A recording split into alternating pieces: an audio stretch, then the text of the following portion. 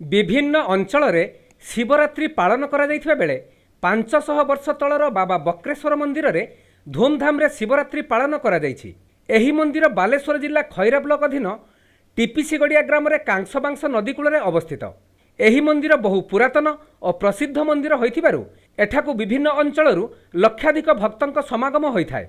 एही मंदिर 500 वर्ष पुराना होइथिबारु एहार महिमा को मध्य ग्रामवासी माने पूर्ण विश्वास करिथांती।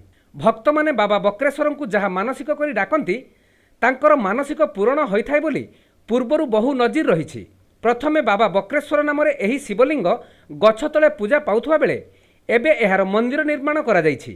एठारे एही उत्सव 11 दिन पर्यंत पालन करा जाइथाय। प्रथम दिन महादीप प्रज्वलन करिबा सह विभिन्न प्रकार भजन कीर्तन परिवेषण करा जाइथाय। सकाळ 7टा ठारू लक्षाधिक भक्त मानकर समावेश लागी रहिथाय। विभिन्न स्थानरू भक्त माने आसी तांकर मनस्कामना पूरण पई पूजार्चना करिथांती।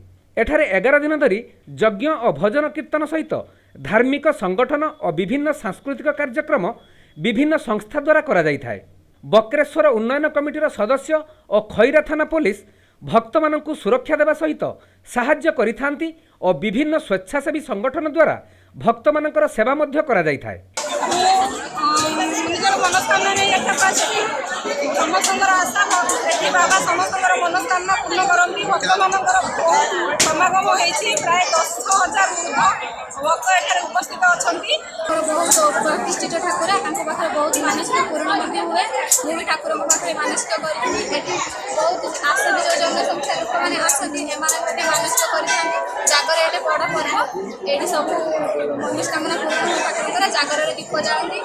ଏଠାରେ ଜାଗରରେ ପ୍ରାୟ 5,000 7,000 ପରେ ଉର୍ଦ୍ଧ୍ୱ ଲୋକ ହୁଅନ୍ତି। 2ଟା-2.5ଟା ଲୋକ ଏଠାରେ ଉପସ୍ଥିତ ହୁଅନ୍ତି ଏବଂ ଏଠାରେ ଶାନ୍ତି ଶୃଙ୍ଖଳାରେ ସବୁ କମିଟି ବି ଅଛନ୍ତି।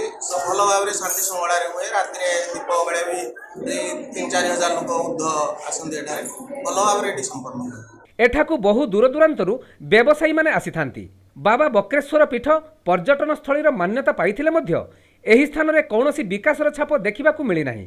एही शैवपीठकु जिबा पई थिबा माटी रास्तार अवस्था अत्यंत शोचनीय होइथिबारु दूरदूरांतरू आसुथिबा पर्यटक माने बहु असुविधार सम्मुखीन हेउथिबार देखिबाकु मिलिछि और पर्यटकंक मध्यरे असंतोष देखा देइछि। एठारे शौचालय और पर्यटकंक रहिबा पई स्थायी घर नथिबारु पर्यटक माने नाही नथिबा असुविधार सम्मुखीन होइथांती। एही समस्यार समाधान पई साधारण दाबी करा जाइछि।